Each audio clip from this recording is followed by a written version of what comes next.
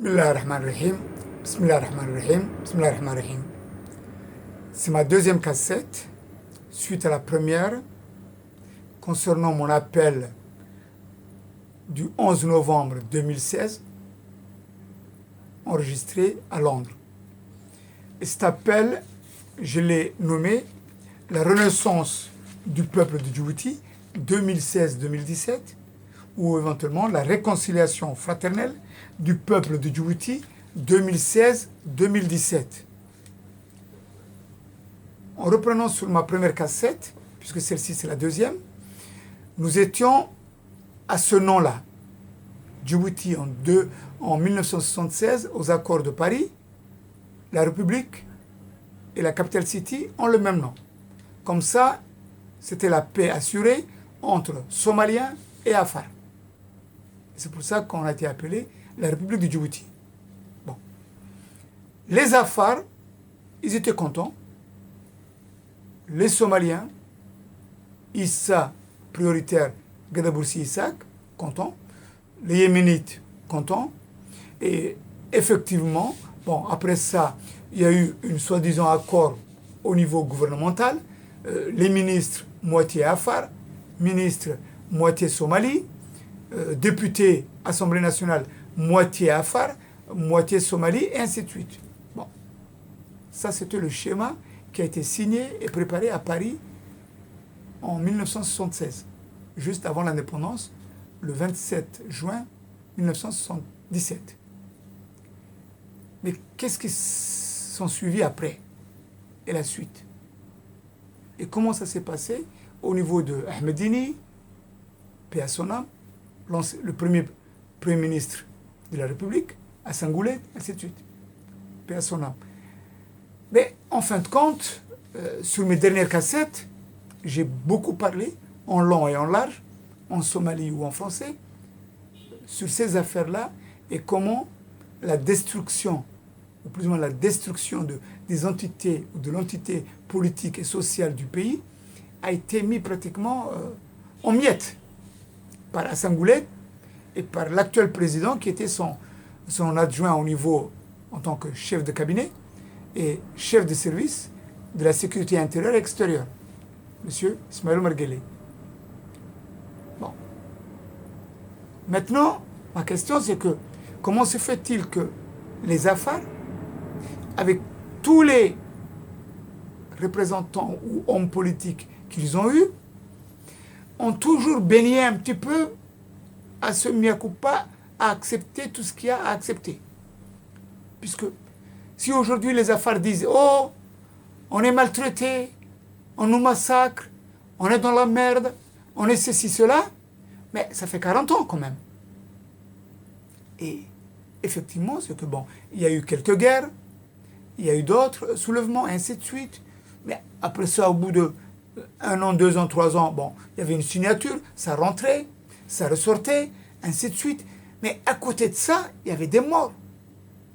L'injustice continuait. Elle continue jusqu'à aujourd'hui. Cette injustice, ces crimes, ces impunités, ça continue.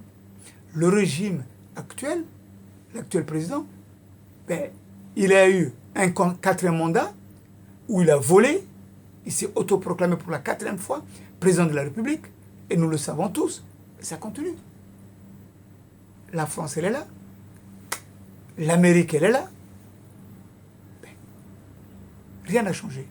Les crimes continuent, les vols, les viols continuent, et il y a un problème. Alors, effectivement, il y a un problème très grave. Et c'est une de mes raisons pourquoi j'ai pris la parole, parce que si on ne se dit pas la vérité, entre Djiboutiens, mais vous pensez que la solution viendra de la France, ou bien de l'Amérique, ou des Éthiopiens, ou des Somaliens, ou des Arabes? Non. Ils n'en ont rien à foutre, des citoyens djiboutiens. Parce que regardez la télé, regardez la Somalie, il y a des morts par milliers. Et vous êtes à combien? À tout casser les vrais Djiboutiens, natifs de ce pays, le plus sincèrement du monde, si on fait une statistique, mais vraiment claire et nette et bien soignée, Les vrais Djiboutiens ne dépassent même pas 450 000 habitants. Les vrais Djiboutiens. Et le gouvernement nous raconte que nous sommes à 1 million. 1 million de quoi? Mais 1 million de mensonges. Et oui, parce qu'en fin de compte, Djibouti est devenu une passoire. Comme vous le savez, dernièrement, j'ai mis sur ma page Facebook des passeports, les cartes d'identité, mais ils s'achètent par milliers. Par milliers. Alors, qu'on puisse augmenter le chiffre à 1 million, c'est tout à fait normal. Mais si demain, une vraie république est née, mais il y aura un comptage qui va se faire sur chaque tête de famille issue et native de Djibouti. C'est tout, c'est clair. Comme je vous ai dit et que je vous ai expliqué, c'est que je vous ai dit qu'on peut être Afar et aimer ses frères et sœurs Afar de l'Érythrée et de l'Éthiopie. On peut être Issa, aimer ses frères et sœurs de l'Éthiopie et de la Somalie. On peut être Gadaboussi et Isaac et Yéménite, aimer ses frères et sœurs de la Somaliland ou ses frères et sœurs du Yémen. Mais ce n'est pas négociable. La République de Djibouti, elle n'est pas négociable. Mais oui, elle n'est pas négociable. Alors, c'est pour ça que je dis, c'est qu'on a été faussé, on nous a menti, on nous a manipulés, et on continue toujours cette manipulation, mais vraiment ce dévergondage, du matin au soir. Alors, ça ne peut plus continuer. Et aujourd'hui, et hier et avant-hier, je suis un des seuls Djiboutiens qui prend la parole et qui ne cache pas et qui dit la vérité en face aux Afars et aux Somaliens, mes oncles maternels et paternels. Et aussi, ce que j'ai à vous dire, la vérité que je vais vous annoncer sur ma page Facebook à travers ces vidéos enregistrées, c'est que cette vérité, elle ne date pas d'aujourd'hui. Là, j'ai une lettre signée par l'ambassadeur de l'Angleterre ou du Royaume-Uni, basé à Mogadiscio. C'était le 17 mai 1990. Oui. 17 mai 1990, j'ai fait une lettre avec un dossier complet sur le régime en place à Djibouti, à Sangoulé, à cette époque, Barkat Gourat, Ismaël Omar Guelleh, comment Hassan Goulet va rétrocéder le pouvoir à IOG et comment IOG va essayer de détruire totalement le pays. Mais ça, je l'ai annoncé le 17 mai 1990 à Mogadiscio. Et ça, c'est la signature de l'ambassadeur du Royaume-Uni à Mogadiscio. À cette époque, il y avait le régime de Siad Barré. Et moi, j'étais un invité de Siad Barré. Ici, vous avez la lettre de l'océan Indien, datée du 2 novembre 1991, où effectivement, il est mention de cette déclaration, où j'explique pratiquement le b.a.-ba de cette façon à vouloir détruire totalement le pays. Bon, après, je vais développer pourquoi et les raisons. Pourquoi ce régime, pourquoi ces têtes-là veulent détruire ce pays et qu'est-ce qu'ils projettent? Quelle est leur vision? Moi, je le sais. Moi, je le sais, je l'ai parfaitement compris, je l'ai analysé, mais je peux aussi dire que c'est la faillite. C'est-à-dire que, vous savez, les États-Unis, les USA, ce grand pays, mais vraiment aussi grand soit-il, il y a le bon Dieu qui est au-dessus, mais c'est un grand pays économiquement, politiquement et tout, qui est fort. Mais vous avez vu toutes les erreurs qu'ils ont commises au Moyen-Orient et à travers le monde. Mais, voilà. Bon, tout pays, si grand qu'il soit, peut commettre des erreurs. Bon. Par contre, nos visionnaires là, de ce régime crapuleux et mafieux, aujourd'hui, ils nous amènent droit vraiment au ravin. Bon. Maintenant, pourquoi? Pourquoi effectivement, et quelles sont les causes, et pourquoi effectivement je suis un des seuls à vouloir parler de cette réalité. Pourquoi les opposants à l'intérieur, à Paris, aux États-Unis ou ailleurs, les opposants djiboutiens ou Canada ou autres, qui ont des partis politiques opposants ou autres, pourquoi aucun ne rentre dans le sujet du vif? Pourquoi leur cinéma, c'est uniquement IOG, le régime, ceci, il y a tel ministre, on a fait ceci, on nous a massacrés, on nous a fait cela, on a mis en prison à Gabod, il y a un type qui a été arrêté. Mais écoutez, arrêtez. Ce lièvre où on court toujours derrière, ça suffit, c'est du cinéma tout ça.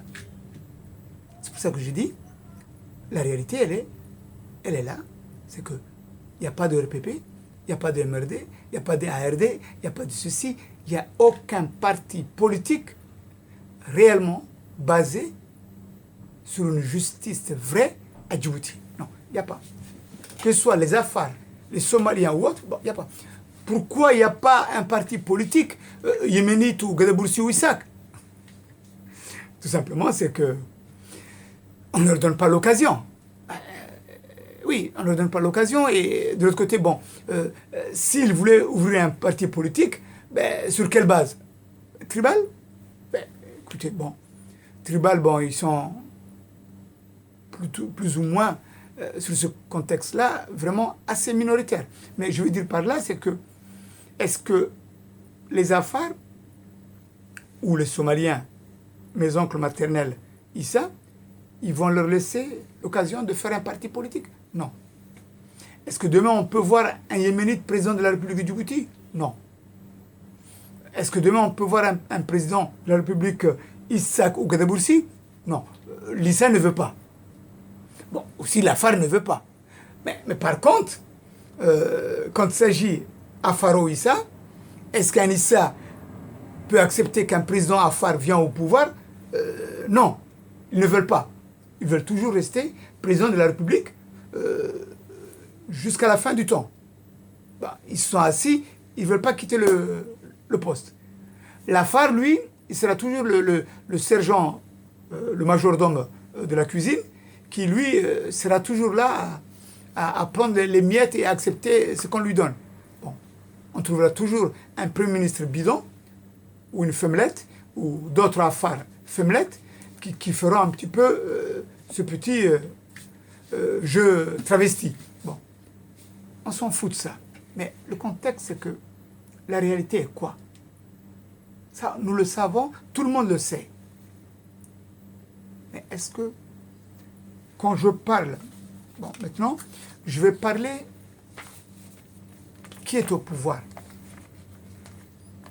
Au pouvoir, c'est tenu par M. Ismaël Omar Guelleh, par Mme Kadra, la vice-présidente réelle, ou la présidente réelle du pays, et le régime en place, tel qu'il est. Bon, c'est vrai qu'on a les Afars, les Gadaboursi, les Isaac, les Yéménites et tout. Mais en fin de compte, le régime en lui-même, il est composé de toutes les structures du pays, majoritairement, à 99%, de Issa, somalien. Je veux dire, Issa somalien. Les Afars ne comptent pas là-dessus. Bon.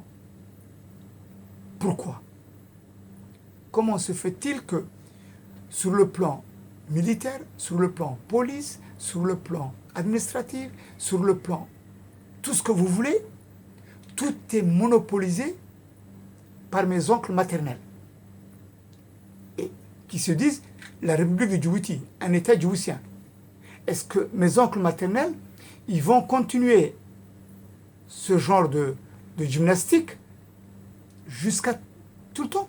C'est-à-dire qu'en fin de compte, là maintenant, bon, on a fait de ressortir une affaire genre la Cassale, et demain, il y aura, bon, je suis au courant plus ou moins, j'ai entendu que, effectivement, étant donné que les Afars sont minoritaires dans le pays, totalement minoritaires, sur le plan statistique, ce qu'on peut dire administratif, c'est qu'il n'y aura plus d'assemblée moitié-moitié.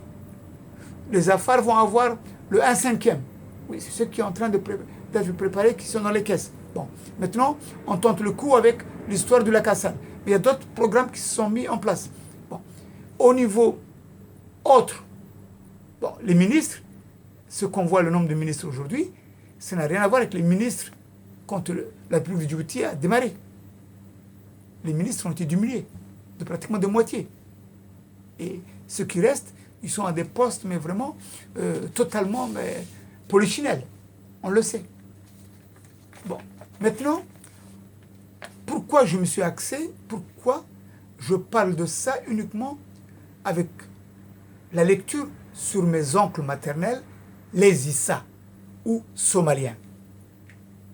Parce qu'en fin de compte, le président lui-même, Ismaël Omar Guelleh, il est issu de cette famille depuis l'indépendance, depuis ces 40 dernières années.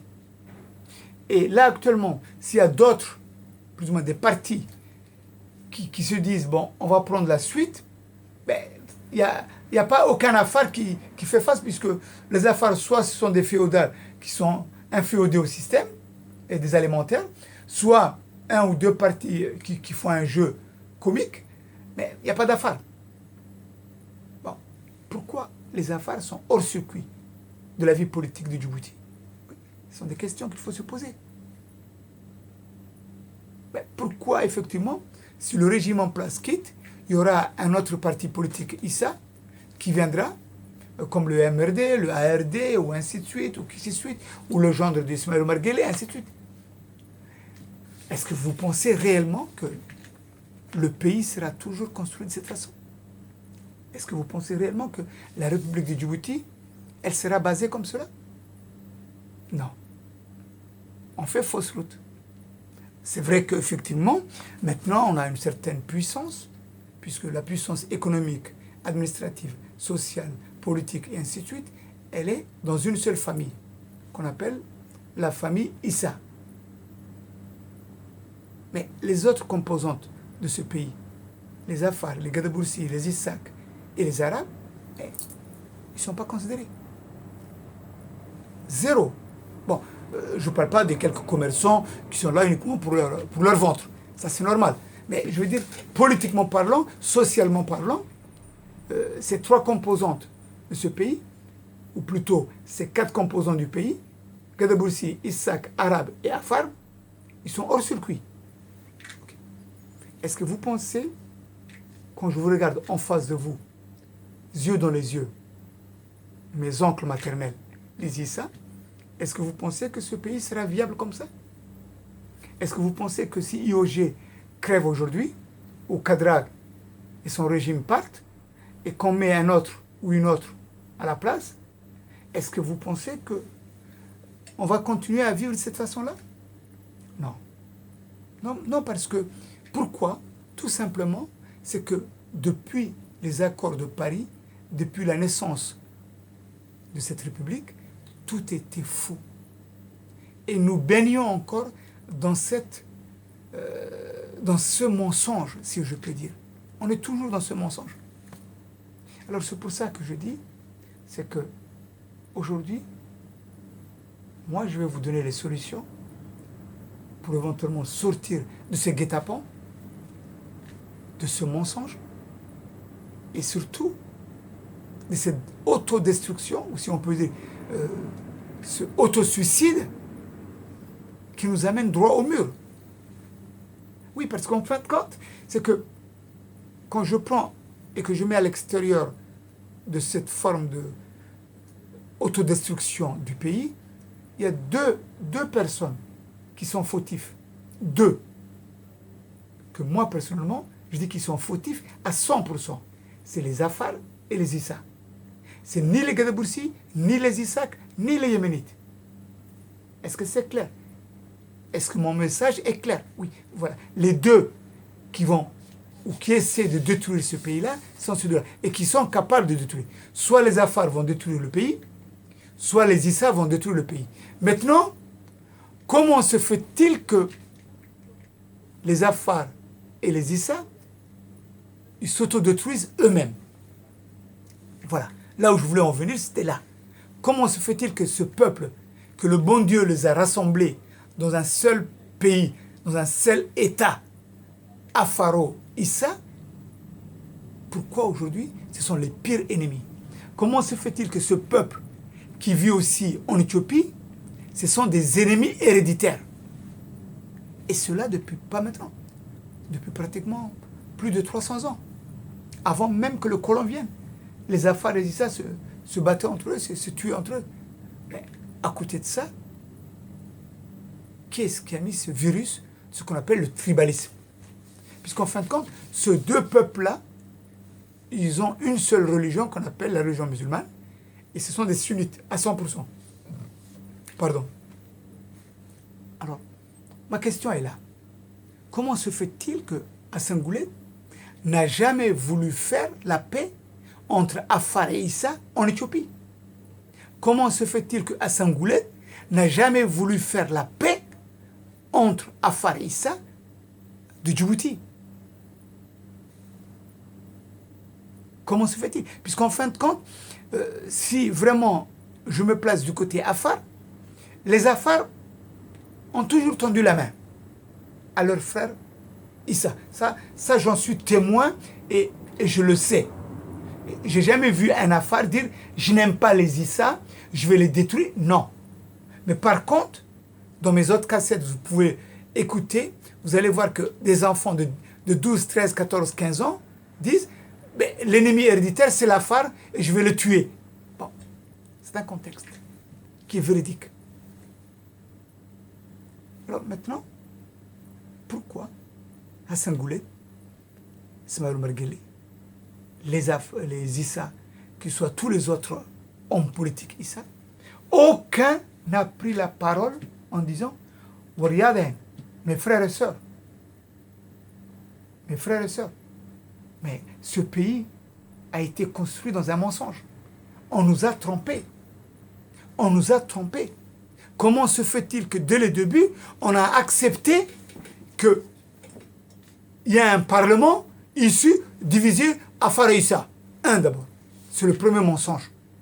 Et la première stupidité criminelle qui a été acceptée. Un.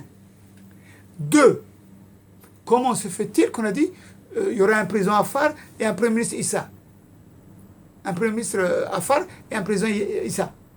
Faux. Comment se fait-il qu'au niveau de l'administration, on a partagé plus ou moins dans le temps Afaro Issa? C'est-à-dire que déjà dès le début, on nous a trompés. Et on a accepté le mensonge. Et les Issa, quand ils sont assis sur ce poste-là, et qu'ils ont vu qu'ils ont le pouvoir en main, tout le rouage du pouvoir, ils ont dit, mais c'est très bien, je ne vais plus quitter, je suis bien là où je suis, et je continue la musique. Maintenant, je vais réfléchir maintenant comment je vais foutre dehors ou même éliminer et mettre en minoritaire, même à 5 ou 10%, les Afars de Djibouti, quitte à les pousser un petit peu vers l'Éthiopie ou vers l'Érythrée. Ouais. Celui ou ceux qui ont pensé à ça, ce sont des criminels. Ce sont des criminels parce que ce n'est pas uniquement les Afars. Ils autodétruisent leur propre peuple.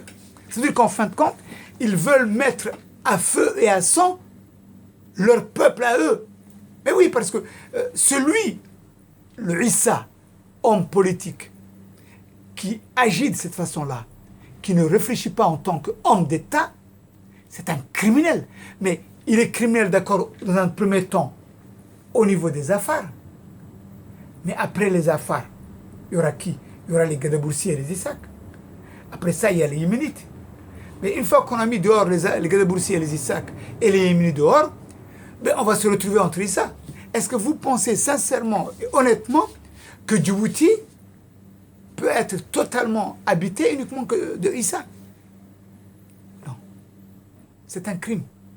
C'est un crime contre mes oncles maternels. Mais oui, parce que celui qui a des idées pareilles, il est en train de détruire non pas uniquement l'État djiboutien, non pas les Afars, puisque bon, de deux côtés aussi, il y a une chose qu'il faut être clair et net, c'est que on prend tous les Issa de l'Éthiopie, tous les Issa de l'Éthiopie, de Djibouti, tous les Issa de la Somalie, et on les compare, si on parle maintenant de Afar, de tous les Afars de l'Érythrée, de l'Éthiopie et de Djibouti.